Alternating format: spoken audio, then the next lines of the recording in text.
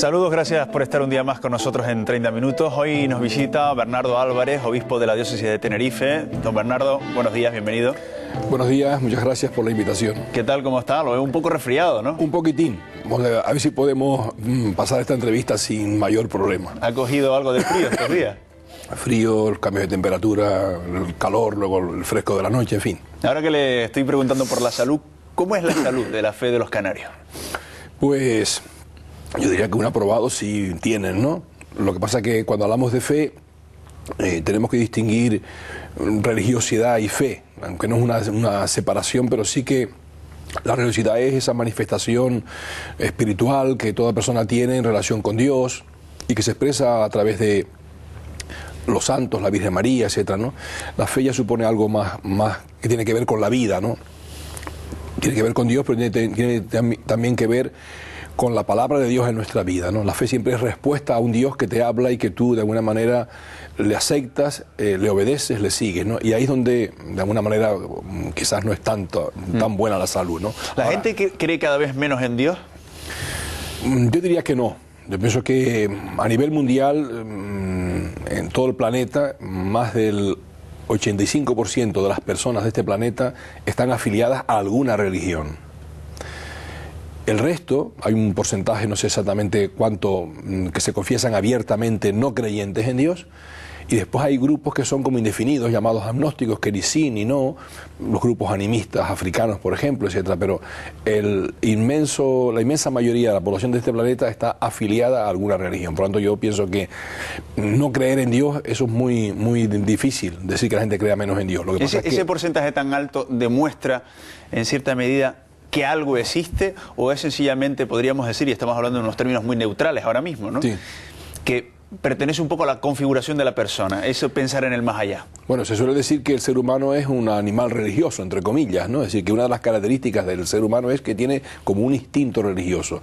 La cosa es responder por qué existe ese instinto religioso. Ahí hay diversas explicaciones, desde las explicaciones que puede dar el materialismo, las explicaciones que puede dar la antropología o incluso la etnografía y el estudio de las distintas religiones en el mundo, ¿no? Lo que está claro es que el sentimiento religioso está arraigado en el corazón de las personas y que incluso aquellas personas que muchas veces se manifiestan que no admiten a Dios en su vida, luego vemos que tienen en su manera de entender o de comprender la vida formas religiosas, es decir, que no llaman a eso Dios, pero de alguna manera tienen unas expresiones y un tipo de vivencia que se parece mucho con lo que es la religión. Hay personas que dan la sensación de que no pueden vivir sin Dios y sin sus creencias. Y hay otras personas, como bien ha explicado usted, que da la sensación de que no necesitan a Dios. ¿Es cierto eso? ¿Hay personas que no necesitan a Dios? Sí, ellas entienden así, que no lo necesitan, o por lo menos no lo tienen en cuenta, y Dios no cuenta en sus vidas para nada. Por tanto, digamos que ni se relacionan con Él, ni tienen interés en conocerlo, ni tienen interés en expresar ningún tipo de relación con Dios. Y hay gente que vive así, eso se da, en la práctica eso es real, ¿no? Lo que pasa es que esas mismas personas luego acaban creyendo cualquier cosa, es decir, que vemos que por una parte no creen en Dios como creador de todo, como fuente y origen de todas las cosas, como destino último de toda la existencia humana, pero luego vemos que prestan confianza, digamos, a lo que es la astrología o lo que es la parapsicología o una serie de elementos, echar cartas, todo este tipo de cosas, ¿no? Que en el fondo adquieren formas pseudo religiosas, entre comillas, ¿no? ¿Da la sensación de que nuestro país ha ido perdiendo la fe o solo es una sensación? Bueno, yo pienso que se da una secularización que llamamos de la conciencia y una secularización del espíritu humano, que es poner mucha confianza en las cosas, en lo inmediato, en lo que se ve, en lo que de alguna manera se experimenta, y aumenta la desconfianza en aquello que no se ve, que no se percibe. En definitiva, la metafísica, la religión, etcétera, pues un poco sí que bajan en el nivel de comprensión y de asimilación por parte de las personas. ¿Por qué ha ocurrido ese proceso? Bueno, yo creo que forma parte en general de todas las sociedades occidentales, ¿no? Donde el avance de la técnica, la ciencia y todo lo que es la capacidad que el hombre tiene para controlar y dominar la naturaleza, le ha hecho creer que en definitiva Dios no es necesario, que puede fácilmente él ser feliz sin Dios. En definitiva, esto forma parte, digamos, de, sobre todo en el mundo occidental, porque luego si vamos a países, digamos, a otras esferas del planeta, vemos que no es así, ¿no? ¿El hombre del siglo XXI lo tiene todo y quizás por eso se está olvidando de Dios? Bueno, ahora mismo vemos que no lo tiene todo y que lo que tiene es muy frágil y muy inseguro, ¿no? Quizás eso tiene que ver mucho con eso, ¿no? Yo suelo decir siempre que la persona siempre es débil, siempre es frágil. La prueba está en que aquí estamos los dos muy sanos y saludables, por lo menos aparentemente. Usted un poquito peor que yo, Bien, pero que dentro de 30 segundos podemos no estar, porque puede suceder cualquier cosa que nuestra vida queda absolutamente desaparece, ¿no? O se hablan de cosas, que si muerte súbita, que si un paro cardíaco, pero salimos a la calle, cogemos el vehículo o atravesando el paso de peatones, un conductor despistado nos arrolla. Es decir, que nuestra vida es frágil siempre, siempre es frágil. Lo que pasa es que a veces cuando vemos que no nos pasa nada, nos sentimos seguros y creemos que no somos frágiles, que somos suficientes, ¿no? Y por eso dejamos a Dios de lado. Por eso cuando la persona se siente en debilidad es cuando encuentra la verdad de su propia vida. Soy frágil, soy débil, necesariamente soy débil. Y entonces es cuando de alguna manera está en posibilidad de abrirse a una realidad trascendente que es Dios. ¿Y no es un poco egoísta eso de recurrir a Dios justo cuando me siento mal? Bueno, puede ser egoísta, pero es lo real. El ser humano en su tosudez, pues lógicamente acude al médico cuando está enfermo. O cuando se da cuenta que está enfermo. Porque de repente lleva enfermo 6 meses, un cáncer que le está comiendo la salud y no se ha dado cuenta. Y cuando lo detecta, inmediatamente es cuando acude al médico, ¿no? A veces con la vida pasa esto, ¿no? Nosotros a veces nos sentimos seguros, parece que estamos sanos, que no nos pasa nada, que podemos ser felices sin Dios. Y entonces cuando vemos que efectivamente no es así, entonces es cuando acudimos a Dios, ¿no? Entre otras cosas porque Dios mismo se encarga de suscitar en nosotros esa necesidad de Él, ¿no? Y sin embargo hay personas que están bien durante toda su vida, tienen una vida feliz, no se acuerdan de Dios, incluso dicen en su vida, yo no necesito a Dios para nada. ¿Qué le dice usted a esas personas? Bien, la vida humana, digamos, en este mundo tiene un límite. Y lo único que se le puede pensar es, mira, su vida tiene un límite. Usted tiene ansia de vivir siempre, ¿desea vivir siempre o no desea vivir siempre? Porque esa es una pregunta fundamental. Si una persona, que el mayor tesoro que tenemos es la vida y el deseo de vivir, pierde ese deseo de vivir siempre, hay que decirle a esa persona que algo pasa en su existencia. Cuando no hay amor a la vida y no hay deseo de vivir, vemos cómo la gente se agarra a la vida. Una persona, a veces hasta con más de 70, 80 años, una enfermedad, buscan lo que sea por curarse, porque quieren vivir aunque sea un año más. Gente que vende fincas y propiedades porque le dijeron que esta enfermedad no tiene cura aquí, pero que en una universidad o en una clínica de Estados Unidos o de Australia o de Sudáfrica resulta que ahí hay un especialista y esa persona hace lo que sea. ¿Por qué? Porque quiere vivir. La vida tiene un límite que es la muerte. ¿Y después de la muerte qué? ¿Por qué esta frustración? ¿Por qué este fracaso de la existencia humana, que es la muerte? Y entonces, bueno, se suele decir que la religión empieza en el momento de la muerte, es decir, donde realmente la persona se abre a la dimensión infinita y definitiva de Dios, ¿no? Ya ve usted que le estoy haciendo algunas preguntas que suenan a abogado del diablo. ¿Y si esto se acaba aquí? Bueno, pero estas preguntas son las que de alguna manera se hace cualquier persona, ¿no? Bien. Yo diría que esto se acaba aquí, es seguro. Este mundo se acaba, eso es seguro. Incluso ya los científicos le han puesto a este universo un plazo, a este planeta un plazo, ¿no? La cuestión está en que todo lo que trasciende más allá de lo visible, de lo experimentable, de lo medible, forma parte de la fe. Y forma parte, por tanto, de una actitud interior que la persona debe descubrir y acoger y vivir en esa dimensión, ¿no? Le hago la pregunta de otra forma. Imaginemos que alguien le demuestra a usted científicamente que esto se acaba aquí y ya no hay nada más después de esto, que en definitiva Dios no existe. ¿Usted seguiría defendiendo los valores del cristianismo? Los valores del cristianismo y seguiría defendiendo que Dios existe. Pero no porque lo pueda yo demostrar, sino porque es indemostrable tanto que Dios existe como que no existe. Porque si lo pudiéramos demostrar ya no sería Dios. Eso es una cuestión que ha salido a raíz de los argumentos de Hawking, hablando de que en la formación del universo ya se puede explicar y ya no es necesaria la figura de Dios. Si yo puedo cualquier realidad, demostrarla, probarla, medirla, tomarle la medida, la domino. Y si la domino, yo soy superior a la realidad que domino. Entonces el Dios soy yo. Si yo soy capaz de demostrar que Dios existe y que lo puedo medir y delimitarlo y controlarlo y conocerlo, digamos, en ese aspecto científico, quien es Dios soy yo, porque soy superior a la realidad. Entonces, digamos que el tema de la dimensión trascendente del hombre no nos la inventamos, es que está en el corazón del ser humano. Pero alguien podría decir, ya podría haberlo puesto un poquito más fácil Dios y haber dado algunas pistas para que supiéramos que está ahí perfectamente. Bien, yo aquí puedo citar una frase de Unamuno que me encanta. Unamuno fue un hombre que vivió esta experiencia de convulsión interior entre la fe, el ateísmo, etcétera, ¿no? Era un hombre profundamente reflexivo, un gran filósofo, un gran literato español, y él tiene una frase que a mí siempre me ha hecho mucho bien, ¿no? Dice: yo me he dado cuenta de que Dios se manifiesta lo suficiente para que le podamos conocer, pero se oculta lo necesario como para no imponerse. Es decir, que Dios efectivamente se muestra en la obra de la creación, este universo con su armonía, con su equilibrio, con sus leyes, con sus etcétera. A fin de cuentas, la ciencia, ¿qué es lo que hace? Descubrir. La ciencia no crea, no inventa, descubre, ¿no? Descubre las leyes que existen. Entonces Dios, lógicamente, se ha manifestado. Y quien tiene, como dijéramos, entendederas para entender, se da cuenta de que detrás de esta obra bien hecha debe haber un artista. Esto no se hace solo, automáticamente. Bien, ese es un aspecto.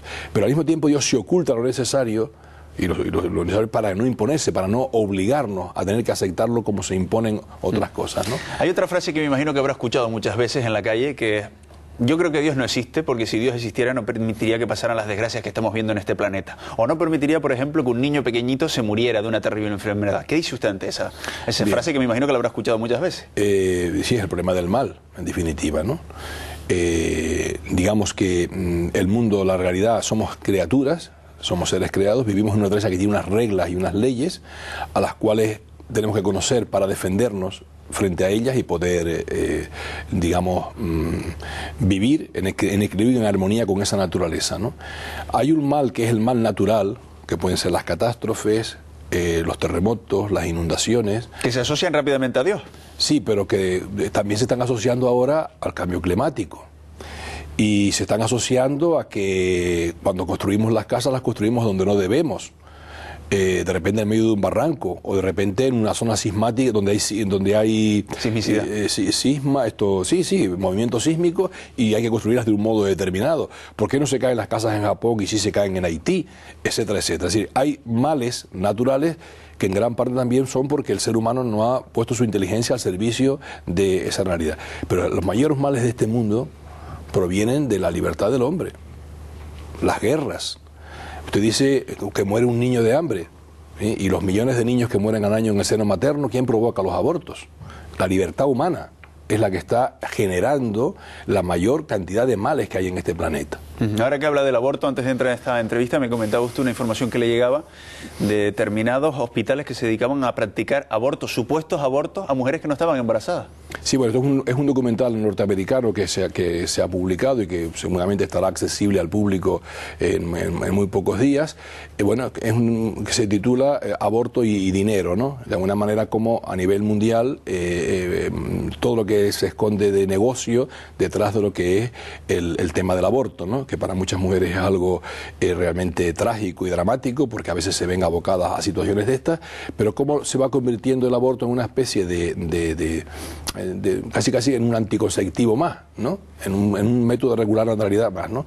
Y bueno, pues detrás de eso hay todo un movimiento y todos unos intereses económicos, y ese documental lo pone de manifiesto, ¿no? Y una de las cosas, por ejemplo, que pone de manifiesto es que en determinados momentos a una mujer le hacen creer, en una clínica determinada, o una empresa de este tipo le hace creer que está embarazada para luego provocarle el aborto, cuando en el fondo no hay aborto, le hacen una intervención, simulan el aborto y le cobran el dinero, y cosas de este tipo así. Ese documental, digamos, recoge pues todo este tipo de barbaridad. Ahí es donde vamos, que la condición humana, el ser humano en su libertad, puede usar la libertad para el bien o puede usar la libertad para hacer daño a los demás. ¿El hombre por naturaleza tiene tendencia a ser malo? Diríamos que por naturaleza nosotros somos, como si digamos, ángeles y demonios al mismo tiempo, para que nos entendamos. Somos capaces de lo mejor y de lo peor. Los dos angelitos que se representan a veces sobre la cabeza. Exactamente, ¿no? Entonces, a veces en nosotros hay esa especie de lucha interior entre el bien que debemos hacer y el mal que no debemos, y de pronto nos vemos como que hay algo ahí que nos mueve, que nos empuja, a veces pues, por intereses egoístas, por lo que sea, acabamos haciendo no el mal que rechazamos, sino no el bien que queremos, sino el mal que rechazamos, ¿no? ¿Y todos sabemos en nuestro interior lo que está bien y lo que está mal? No, eso no es tan fácil, en el sentido de que hay que tener, diríamos, referentes o criterios objetivos, ¿no? Lo digo porque muchas veces la gente dice, yo como tengo mi conciencia tranquila, Bien, la conciencia puede ser sincera pero equivocada. Una persona, por ejemplo, pongamos un caso extremo, como puede ser un terrorista suicida, ¿no?, que se carga de dinamita, se sitúa en un mercado en medio de Bagdad, en Irak, como sabemos que ha ocurrido, y allí hace explotar aquella dinamita y mata a 40 o 50 personas. Él cree que está actuando bien, él cree que, y es sincero, está actuando conforme a unas convicciones, a unos criterios, y cree que eso es lo que debe hacer. A nadie se le ocurre decir que esa persona esté actuando bien, ¿no? Él en cambio piensa que sí. Entonces quiere decir que una cosa es que una persona esté en conciencia, él crea, y otra cosa es que eso sea verdad. Una cosa es la sinceridad y otra cosa es la verdad. Yo creo que en ese caso casi todos coincidiríamos en que está mal, ¿no? Pero hay otras circunstancias... No, pero hay un gran colectivo dentro de ese mundo que creen que está bien. Sí, bueno, ese es el contraste, ¿no? Pero quiero decir, hay otros aspectos, digo que a lo mejor en este caso... un 90%, si descontamos ese 10% diría, eso está muy mal, ¿no? Pero hay otros comportamientos de la vida, otras actitudes que una parte de la población diría, yo lo veo bien, y otra diría, pues yo lo veo mal. Justamente, ¿por qué? Porque en el fondo es lo que se llama el subjetivismo. Yo una vez hice como una pequeña encuesta en un grupo de jóvenes y me vi allí de pronto discutiendo diversas cuestiones de estas, ¿no? Si el aborto es bueno, si no es bueno, si el divorcio, todo este tipo de cosas. Era un grupo de jóvenes cristianos y estábamos tocando estos temas. Entonces, en un determinado momento, yo me vi en la ansiedad de hacerles esta pregunta: ¿quién determina lo que es bueno y lo que es malo? Y la respuesta de muchos de aquellos jóvenes cristianos, fue cada uno. Claro, si cada uno es quien determina lo que es bueno y lo que es malo, o sucede esto, para mí está bien, bueno, pues lo hago, para mí está mal, no lo hago. Claro, la falta de un criterio objetivo al que nos vinculemos todos, lo que llamamos una ética objetiva. Desde el punto de vista cristiano, la ética objetiva nos la da Jesucristo, su palabra y su vida.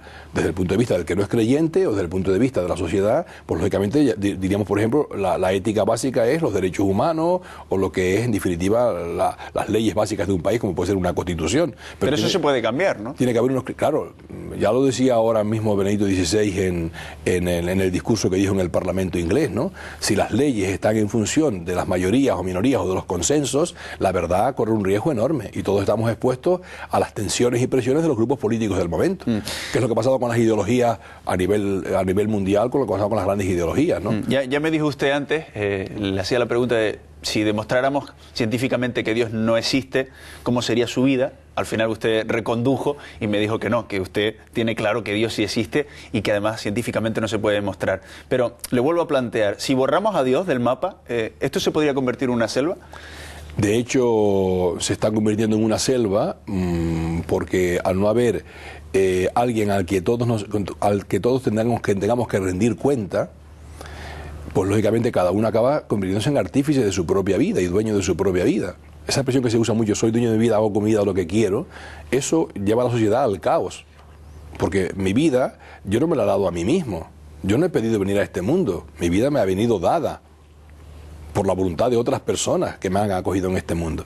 Por tanto, eso de que yo soy dueño de mi vida o con mi vida lo que quiero, todo ese tipo de lenguaje en el fondo está creando esa especie de individualismo, de autonomía, de suficiencia, y hace que las personas, pues eso, nos convirtamos en una selva, cada uno sálvese quien pueda, cada uno a defender sus intereses y lo suyo, ¿no? Yo decía lo de la selva precisamente por lo que acaba de explicar. Si eliminamos a Dios del mapa, no tenemos que rendir cuentas a nadie, y lo que está claro es que estamos 80, 85 años, 90, algunos afortunados, incluso 100, los más afortunados viviendo aquí, y hay que vivir lo mejor posible. ¿Hay que pisar a alguien? Se pisa. ¿Ese planteamiento lo siguen muchas personas, cree usted?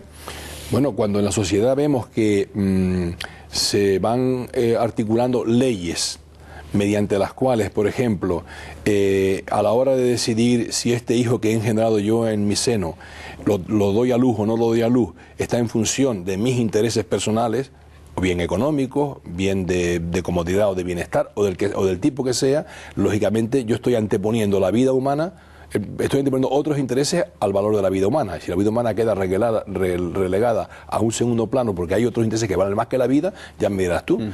Eso por abajo, por la vida que comienza, y por la vida que termina, estamos viendo que hay ya en diversos países legislaciones abiertas ya al tema de la eutanasia, cuando la persona mayor ya no vale, ya no es útil, ya no rinde, ya lo que produce son gastos, ya lo que genera son estorbos y trastornos, porque hay que cuidarle, porque hay que acompañarle, porque está con él. Entonces ya buscamos la manera de ver cómo quitamos a esta persona del medio. En el fondo se establece una especie de la ley de los fuertes.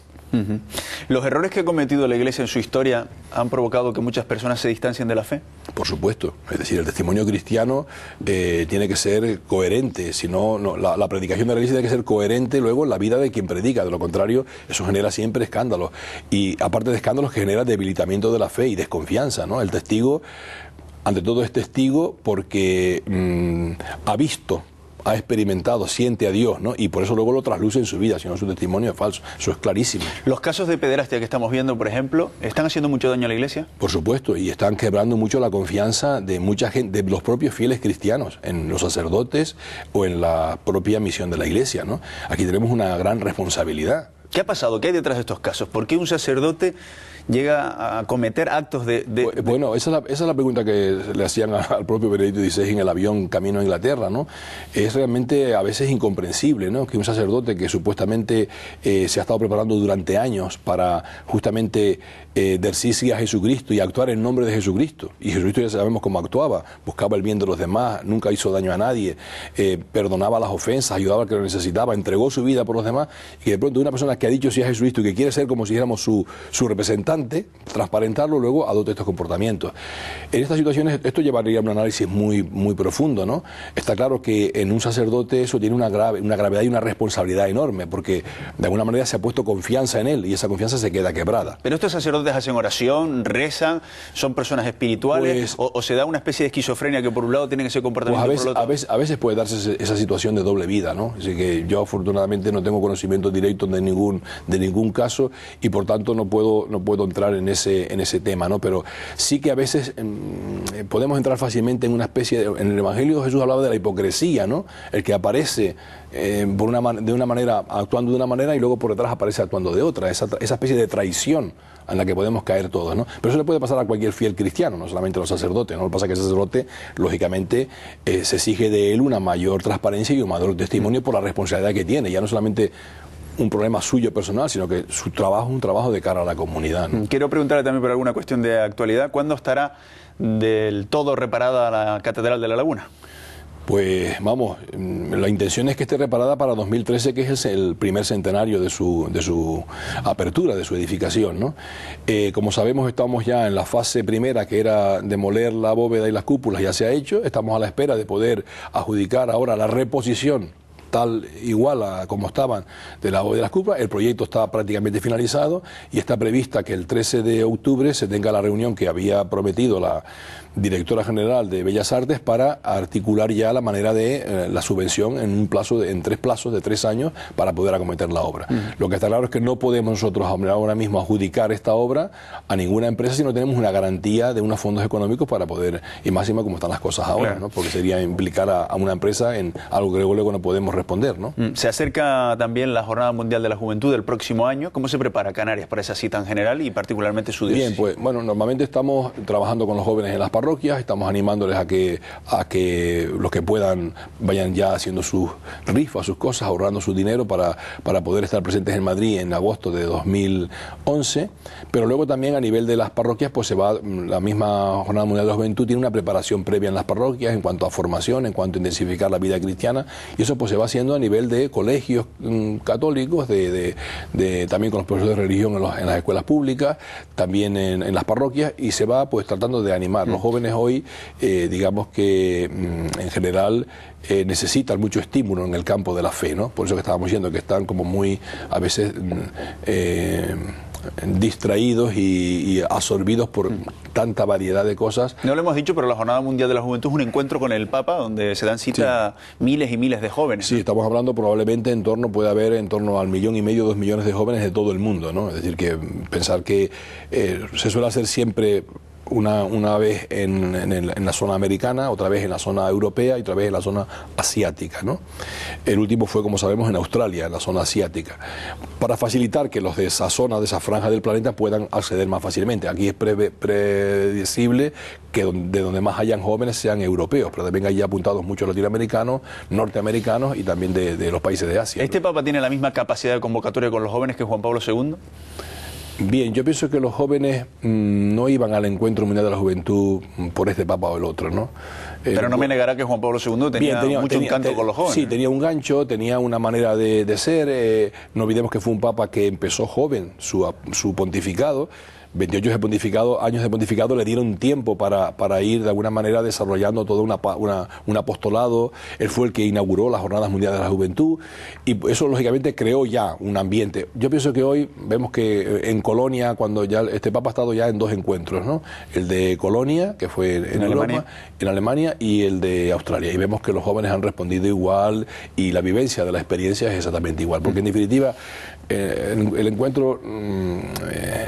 en la Iglesia intentamos que el encuentro con quien tiene que ser es con Dios y con Jesucristo. Todo lo demás son medios, mediaciones. Unas veces obstaculizamos, otras veces ayudamos, pero lo que intentamos siempre es que las personas se encuentren con Jesucristo, ¿no? Bueno, quiero terminar con 2 habilidades que no sé si conocerán los espectadores de Bernardo Álvarez, que es el obispo de la diócesis de Tenerife. Es un gran aficionado al té y hace un mojo palmero impresionante como buen palmero que es. Vamos a empezar por el té. ¿Cuál es el mejor té del mundo, Bernardo Álvarez? Bueno, yo en este sentido me dejo guiar por los que dicen, aparte de que ya luego al probarlos compruebas que es así, ¿no? Hay un té de una zona del norte de la India, en las faldas del Himalaya, que es el Darjeeling, que es extraordinario. Eso lo llaman, a los tés se los suele clasificar por los señores, ¿no? Bueno, pues al té Darjeeling lo llaman el señor. Porque hay distintas clasificaciones, pero este es el máximo, ¿no? Y luego dentro se habla de té blanco, de té rojo, té negro, té verde, etcétera. De los tés, yo pienso que el té blanco tiene una finura y una delicadeza enorme al tomarlo, ¿no? Sin duda ninguna es el más caro, el que menos se consigue, el más difícil de conseguir. ¿Y de dónde le viene usted esa afición a los tés? No, sencillamente me aficioné a beber té hace tiempo y luego pues he procurado también a adquirir un poco de literatura, ¿no? Es decir, un libro y realmente es apasionante porque en el mundo, después del agua normal y corriente, la bebida que más se bebe en todo el mundo es el té. ¿Ah, sí? Juntando todas las bebidas que tomamos, refrescos, whisky, alcohol, todo eso, juntándolo todo, no llega ni al 10% del consumo de té en el mundo, ¿no? Si es la bebida, pero con mucho, por encima de cualquier otra bebida, ¿no? En Inglaterra, por ejemplo, diariamente se toman 175 millones de tazas de té. Así que lo tiene medido todo, ¿eh? Bueno, no, digo que esas cosas que lees, ¿no? Esas curiosidades que lees, ¿no? O sea que el mejor té entonces es el de la flor blanca. No flor, sino sencillamente el té blanco es cuando en la planta del té, que es la planta es como un matorral, sí. Apenas brota, antes que salga incluso la hoja, cogen el cogollito ese finito. De la hoja. De la hoja, de la parte de arriba, casi sin que la hoja crezca, y por eso tiene una pelucita blanca. Es como pasa con cualquier planta. Tú ves que cuando brota tiene una pelucita, por eso se llama té blanco, ¿no? Y es bueno, es distinto al otro. Ese tiene un sabor extraordinario, sí, es muy, muy fino. ¿A qué hora se debe tomar el té? A cualquier hora del día. ¿Sí? Pasa que los chinos en eso, que son unos expertos, tienen tés por la mañana, otros por la tarde, para determinadas comidas. Por ejemplo, en China el alcohol se consume poco. La gran mayoría de la gente tiene tés para las comidas. Por ejemplo, para una carne, un té rojo es buenísimo, ¿no? ¿Nos va a revelar hoy el secreto de su buen mojo palmero? Porque creo que tiene algún truquillo, ¿no? No, pero todo el mundo que lo ha probado le encanta ese mojo. Palmero es como se hace en La Palma, como se hace en cualquier casa de La Palma. ¿De entrada no lleva almendras? No, ni almendras. El mojo palmero lleva todo conservantes. Son todos puros conservantes. Primero que nada la pimienta, que es la base fundamental. Y tiene que ser pimienta abundante. No se puede hacer un mojo palmero con una pimienta solamente, si quieres hacer un buen mojo. Hay que apurar abundante pimienta. Eso es un conservante de primer orden. La pimienta es un buen conservante. ¿Picante las pimientas? Depende. Si quieres hacerlo más picante o menos picante, se le añade algunas de esas de la puntita de la mata, ¿no? Puntita de la mata. Y entonces ya le das un poquito más de picor. La pimienta palmera tiene un picor medio. No es ni muy picante ni tampoco suave. Entonces, la pimienta al primero, aceite, preferentemente de oliva, vinagre, sal y ajos, y nada más. Eso solamente eso. Sí. ¿Y usted cómo le queda? ¿Cremosito? Bueno, claro, eso queda cremoso porque le pongo mucha pimienta. Ese es el truco. Ese es el truco. ¿A usted le queda como una mayonesa, podríamos decir? Pues casi. Sí, pero es en función de eso, en función de que le pongo mucha pimienta. Entre otras cosas porque, lógicamente, como se cultiva en mi casa, y mi hermano todavía sigue cultivando pimienta, bueno, pues aprovecho de vez en ¿Eso lo cuando. aprendió usted de sus padres? En mi casa, lo que yo veía hacer en casa, eso lo hemos hecho, como se hacía en casa, el mojo siempre. Y ahora resulta que usted es el sacerdote que mejor prepara el mojo. No, bueno, mejor no. Lo hago a mi manera y gusta y nada más. Eso no, por ahí hay muy buenos mojos. ¿Cuándo hace mojo? ¿En determinadas circunstancias? Sí, algún regalo que quiero hacer a alguna persona, algunas cosas así. ¿El mejor regalo para Bernardo Álvarez es un buen té? No estaría mal, sí. Me acaban de traer ahora justamente, propiamente de China, ¿no? Me acaban de traer 3 clases de té inmejorables. La próxima vez le invito a que traiga el té aquí, nos lo tomamos en 30 minutos bueno. Y así le puedo decir si está bueno o está malo. Sí, Muchísimas gracias, Bernardo Álvarez, obispo de la diócesis de Tenerife, por su visita a Televisión Canaria. Nada, gracias a ustedes. Gracias a ustedes también por su atención. Hasta luego.